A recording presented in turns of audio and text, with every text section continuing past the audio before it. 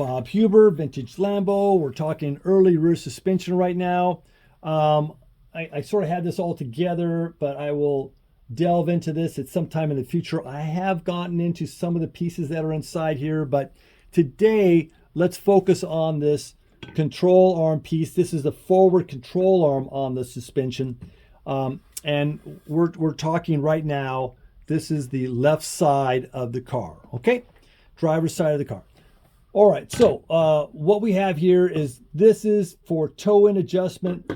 It is different from the others where you have shims that go in here and stack, and then you adjust it that way, but you have this rubber so that it can move forward and aft on this. This can move and wiggle and whatnot. On this one, we don't want any forward or back movement because we want to stabilize the toe-in on the rear suspension. So how they do that is that they want to lock it in so the rubber is not going to move with the frame fore and aft. So that's how they want to lock it. And they do that by, they have a thin shim here. They have a Delrin piece in here. Unfortunately, it's the wrong one. But anyway, just for an example. And then they have this right here. So duplicate this on this side. And that's what locks this into place. Won't go this way or that way. It can move a little this way and all that. It has some flexibility, but not in the fore and aft. So we want to control the toe in. Now, of course, on the other side of this, we're going to have shims. And with those shims, we can vary how many shims are on this side, how many shims are on this side, so that we can move this way, and then this will move that way, so that toes out, or you can toe it in. So that's why this is very critical to get this all set up. Now, on this particular car, it was missing this specialty washer right here. You see it has a lip on it. Luckily, Lamborghini did have these still, so I was able to get 4 of them. So you need 4 of them on each car. So that was great.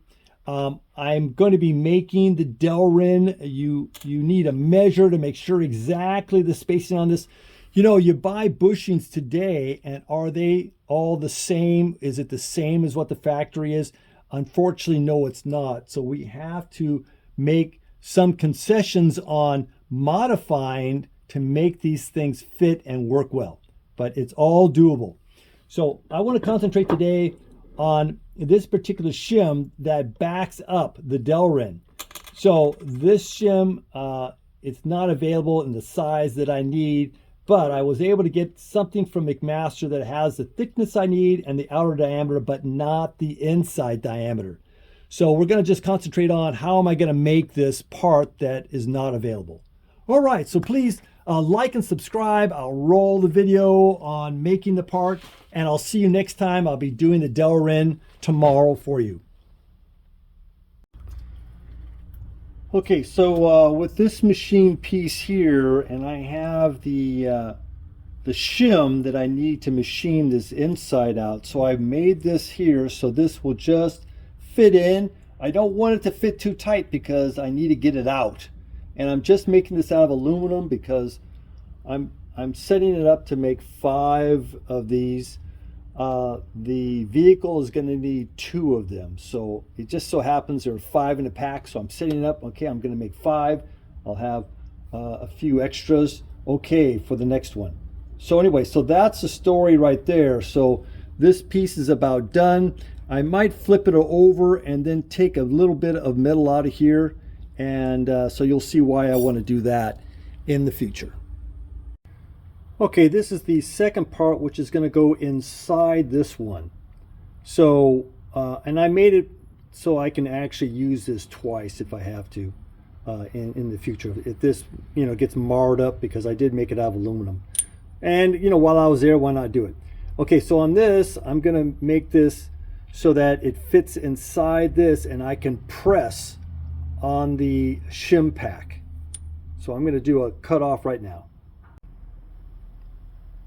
All right, so I cut it and then I flipped it over, because when you do a cut off, it's not going to be perfect at all. So I had to put it in here. I had to line it up in here so everything's set on this datum point right there. And then I went and did a slight cut here so I can clean everything up. Okay, so I have a slot in here now that I milled. I'm going to use this side. I'm going to put my shims that I want to shave. I'm going to put this side like this. Put this into the lathe. All right. Let me just get it not tight, but just in there so it won't fall out. Okay, so then I'm going to put in a, this is a piston out of a old caliper. Nicely machined. It's a good part. And what I'm going to do is I'm just going to place it in here like this. I'm going to put my guy here. So I want to get this set up so that I can press it in. I can get those shims as tight as I can against this. So I'm going to give it a, you know, a bit of pressure. I bet that's enough. And then I will clamp this with this relief here. Hopefully it's going to clamp that stack of shims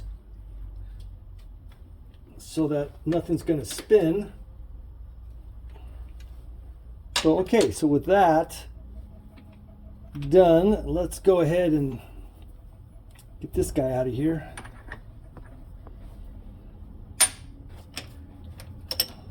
Ugh. I think I need to put a little lubricant on the ways there, huh? Okay. All right, so I'm gonna have to do a little setup here and make sure I don't do anything crazy.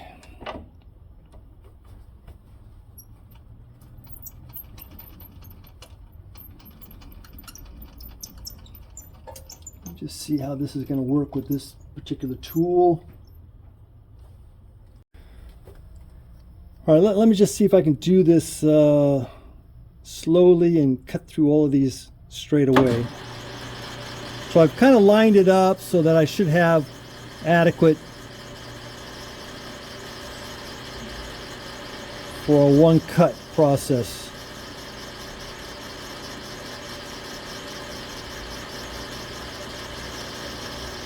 Right there.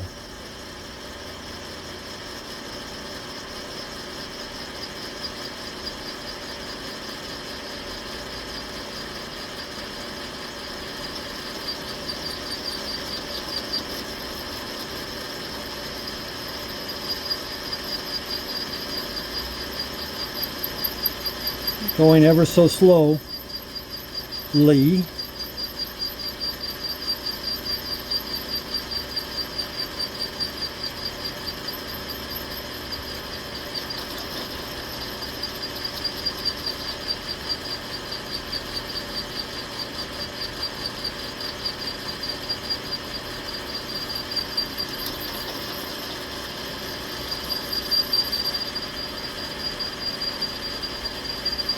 Kind of one shim at a time sort of feeling.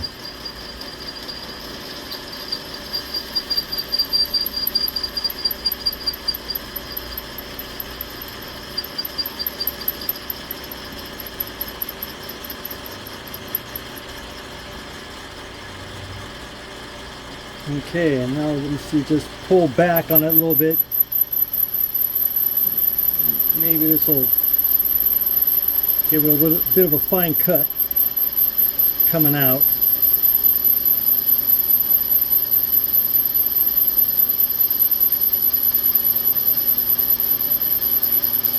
Always a little bit of slop in the old machine here.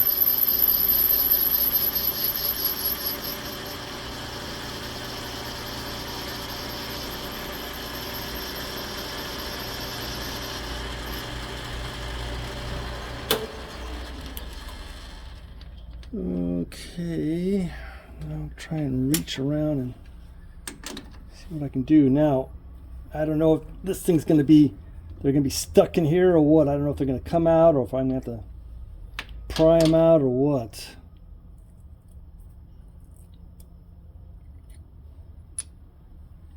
Oh, there they go. All right, so is it enough?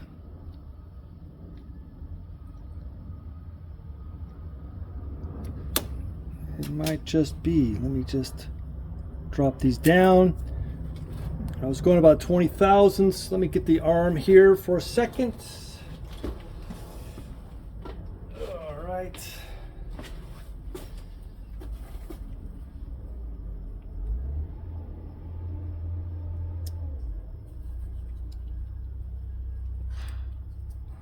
Okay, there we go.